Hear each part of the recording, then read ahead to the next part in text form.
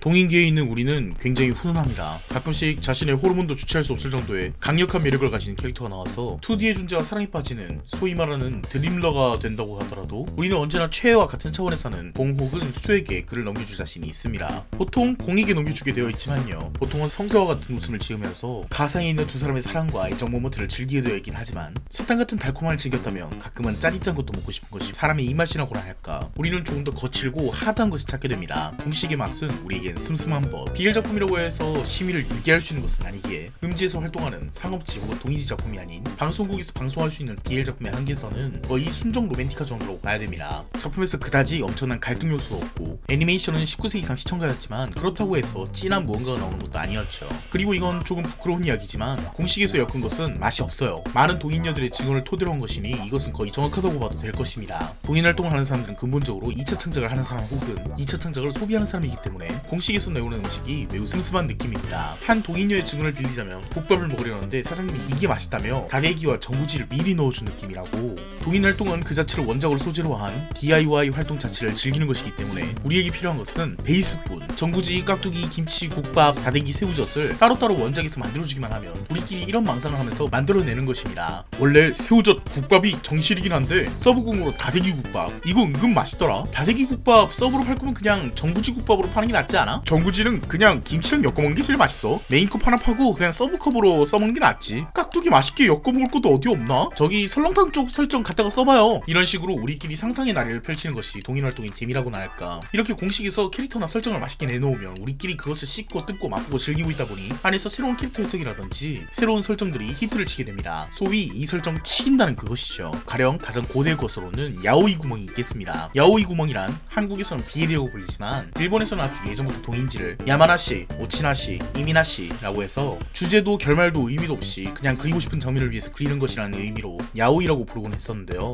그런데 보통 동인 작품에서 그리고 싶은 게 뭐겠습니까? 공식에서는 절대 뒤엉켜 있을 리가 없는 두 남정네들을 뒤엉키게 만들고 싶다는 거겠죠. 그래서 동인 작품에서 BL이 워낙 흔해지니까 BL 자체를 야오이라고 부르기 시작했어요. 그리고 야오이 구멍이라는 것은 BL 속에서 캐릭터들이 밤을 보낼 때 뭔가를 했을 것 같긴 하지만 진짜 게이들처럼 그곳으로 하진 않았길 바라는 오묘한 마음을 가진 설정이었습니다. 요즘은 거의 사용하지 않는 설정이긴 하지만 누군가가 만든 설정이 차용되고 차용되면서 서서히 퍼져나가 인지도를 갖게 된 것이었죠. 이런 설정의 모음집도 있지만 AU라고 부르는 어나더 유니버스도 있습니다. 가령 역사에는 만약이 없지만 동인 활동에는 만약이 있는 법이죠. 카드키터 사쿠라 속에 사쿠라의 어머니가 혹시 돌아가시지 않았더라면 이런 스토리상 중요한 설정을 바꿔서 등장인물의 성격을 건드린다거나, 요즘 사람들에게 언더테일을 예로 들면 가장 많이들 알고 있을 거라고 생각합니다. 성격 자체를 지 맘대로 개조해버린 언더펠 같은 동인 설정들이 있었죠. 이런 동인 설정들은 최초로 누군가가 창작하지만 그 비공식 혹은 공식과 전혀 다른 설정 자체가 굉장히 맛있게 느껴지는 경우에는 그 사람의 설정을 차용해서 사용할 수 있습니다. 이것을 바로 동인 설정이라고 하죠. 만약 세계관급으로 넓은 설정이면 동인 세계관이라고 부르기도 합니다. 사람들은 굉장히 많은 취향을 가지고 있고 대체로 동인 세계관은 우리가 공식에서 먹기 힘들 정도로 참신하고 특이한 세계관인 경우가 많습니다. 가령 예시를 들었던 언더펠을 보죠. 언더펠은 펠, 타락한다는 말처럼 언더테일에 있는 캐릭터들을 전부 사악한 성격으로 고쳐놓은 것입니다. 게다가 성격이 거칠어진 영향인지 세교육을 담기에도 아주 적절했기 때문일까요? 대한민국 퍼리충들이 한때 집합했던 팬덤답게 언더펠은 성적인 2차 창작도 많이 나오는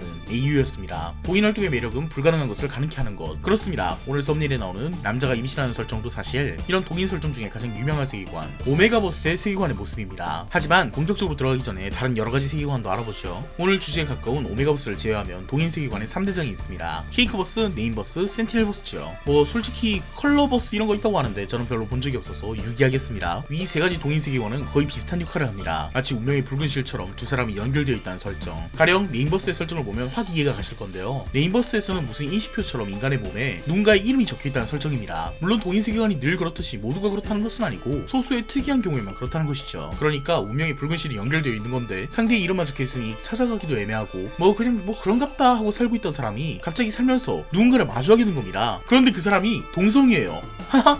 아찔한 설정이죠. 어쩐지 여자 이름치고 소리가 각졌더라. 이러다 보니 어차피 연결될 두 사람이기 때문에 네임버스를 맛있게 쓰는 법은 되게 정해져 있습니다. 행복한 두 사람의 일상을 그리는 것일까요? 아니요, 두 사람이 이어지지 못하도록 고통이 밀어넣는 거죠. 그럼에도 불구하고 두 사람은 짝이기 때문에 결국 연결되게 되어 있으니까 로맨스에서 위기 부분을 아주 강렬하게 줄 수 있어요. 약간 금단의 관계 냄새까지 풍기면 금상첨화입니다. 네임버스에서 태어난 누군가에게 각인된 짝의 이름이 적국의 스파이의 이름이라면 근친과 같은 타부와 연결되면 더욱 효과만점이겠죠. 이렇게 어두칙칙한 내용까지는 아니더라도 레진 코믹스에서 연재한 PMPN에서는 혼전 순기를 유지하고 싶어하는 주인공이 짝의 이름이 각인되어 있는 상태인데 하필이면 버섯에 각인되어 있는 상태라서 자신의 상대에게 짝임을 확인시키려면 혼전 순결이 깨지게 되는, 이거 약간 심기체 처녀론이네요. 그런 코믹한 식으로도 사용할 수 있습니다. 동일세계관은 언제나 피폐한 법, 센티넬 버스는 초능력자를 소재로 했지만 이 경우에도 비슷하게 운명의 붉은 실을 재지릅니다. 강력한 초능력을 가지고 있지만 가끔씩 폭주하게 되어 제어할 수 없어지는 센티넬들, 그리고 그들을 진정시킬 수 있는 가이드. 네, 아까 네임버스에서 판타지 색이 강해지고 완전히 정해진 상태까지는 아니라는 점에서 차이점을 가지고 있을 뿐 사실 근본적으로는 비슷합니다. 이런 마인드로 만들진 않았을까요? 하하, 수가 폭주하는 상황을 공이 제압하는 것을 보고 싶다. 아니면 반대일 수도 있겠죠. 하하, 공이 폭주하는 상황을 수가 제어하는 모습을 보고 싶다. 어느 쪽으로 엮어도 제법 맛있군요. 이 중에서 압도적으로 암울한 것은 다름 아닌 케이크버스입니다. 케이크버스는 원작자가 익히 알려진 관계로 이쪽의 이야기를 빌려서 말하면 이 세계에는 어느 순간 맛을 보지 못하게 되는, 미각을 잃어버리게 되는 포크라는 존재가 있대요. 세상에 이렇게 불쌍할 수가 있나요? 햄버거랑 치킨의 맛을 못 보다니. 하지만 그들이 유일하게 맛을 볼 수 있는 경우는 단 하나, 시기를 했을 때뿐입니다. 근데 아무나 잡아먹는다고 맛있는 건 아니고 유달리 정말 완전히 맛있는 애들이 있는데 걔네들을 케이크라고 부른다고 합니다. 먹으면 케이크 맛이 난다니. 뼈 발라먹는 케이크는 각별한 맛이겠군요. 아무튼 이 설정을 가지고 마음껏 갖고 놀면 됩니다. 원작자의 Q&A를 보면 이런 것도 제안하는군요. 포크가 케이크를 사랑하니까 걔는 안 잡아먹는데 다른 케이크들을 잡아와서 지가 먹고 님도 한 입 드실? 하기도 한다는 설정 어떠냐고.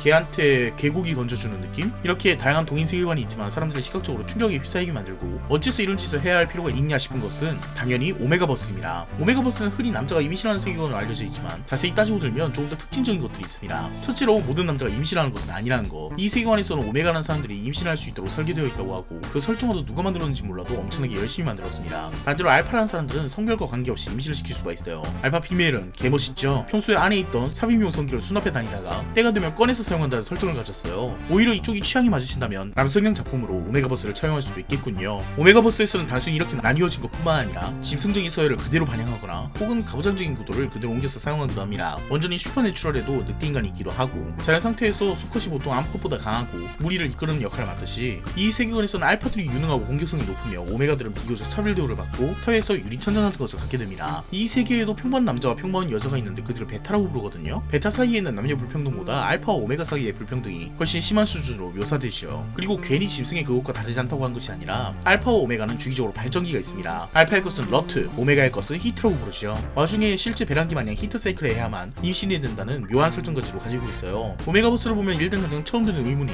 임신을 소재로 쓰고 싶으면 그냥 남녀로 쓰면 되지 왜 남자가 임신한다는 설정을 쓰는가에 대한 나름의 대답이 될 거라고 생각합니다. 사실 오메가버스는 임신만이 포인트가 아니라 그 내부에서 발전기와 같은 본능적이고 관능적인 서사가 포함되어 있고 현실의 남녀 차이를 아주 극대화해 놓은 듯한 피폐한 설정까지로 포함될 수 있기 때문이에요. 평범한 비애를 파는 사람들은 수가 왜 나는 이렇게 태어났을까 따위의 우울감을 겪는 모습을 볼 수 없겠지만 오메가버스를 파는 사람은 다릅니다. 약간 자키 코패스 마냥 우리의 캐릭터를 더욱 암울한 구렁텅이로 밀어넣는 것이죠. 근데 여성형 매체에서 그걸 역해로 만들면 공감대 시계 와서 열받잖아요. 원래 램즈한테는 공감 능력 발휘 안 되는 게 전통이에요. 남자로 바꾸는 것만큼 쿠션감을 주는 게 없습니다. 역해가 뭐 어째서 나는 오메가로 태어나서 임신을 하고 사회적 지위도 낮고 이런 얘기가 나오면 어떤 기분이겠어요. 이게 동인지인지 82년생 김지영인지 모르겠잖아요. 물론 동인 활동하는 사람들이 남키수에게 입을 못한다는 것은 아닙니다만 본능적이고 피폐하고 차별 대우를 받는 설정은 즐기고 싶지만 공감 능력을 조금 내버리고 싶을 때 오메가버스만큼 좋은 선택은 없을 것입니다. 또한 임신이라는 소재 자체가 헤테로에서는 상당히 양가적인데 둘 중에 하나죠. 정말 훈훈한 해피엔딩이거나 아니면 막장 끝으로 달려가는 엔딩이거나 임신이라는 소재 자체가 해피엔딩을 노리든 하드코어 PP 엔딩을 노리든 양쪽으로 다 사용 가능한 주제이기 때문에 상당히 잘 써먹을 수 있는 소재입니다만 BL은 그 자체로 써볼 수 없는 소재라서 그 한계를 벗어던지기 위해 쓰는 것이 일반적이죠. 해피엔딩 쪽으로 간다고 해도 평소에 보지 못했던 양아치 같던 공예, 초보 아빠 모먼트 이런 것을 볼 수 있기 때문에 임신이라는 소재는 은근히 인기가 좋습니다. 사실 이 부분은 오메가버스를 채용하기 전에도 임신수라고 불리는 엠프레그에서 사용되었습니다만 오메가버스가 좀 더 포괄적이기 때문에 이쪽으로 통일된 느낌도 없지 않아 있네요. 물론 여성형 자체가 시각적인 자극보다는 서사 자체를 좀 더 중요시하기 때문에 엠프레그 혹은 오메가버스는 짤 자체가 동인계를 들썩이게 하는 것은 아니지만 그 세계관을 차용한 서사 자체가 자극적이기 때문에 동인계에 있는 것의 유일한 장점이 뭡니까? 공식에서 먹을 수 없는 매콤함을 즐길 수 있다는 것 아니겠습니까? 오메가버스는 등급으로 치면 마라맛 정도 되기 때문에 너무 맵지도 않으면서 자극적이고 중독성이 있는 동인 세계관에 일정을 먹게 된 것입니다. 또한 세계관 자체가 발전기가 있다는 설정이기 때문에 더 야한 장면을 많이 그릴 수도 있을 뿐더러 BL 캐릭터들이 시도 때도 없이 젖본능, 그 피진성을 해결하기에도 안성맞춤이라고 하고 이건 제보를 통해서 들은 이야기인데 포관충들이 그 다양성에 꽂힌다는 말 들어보셨나요? 인간충들은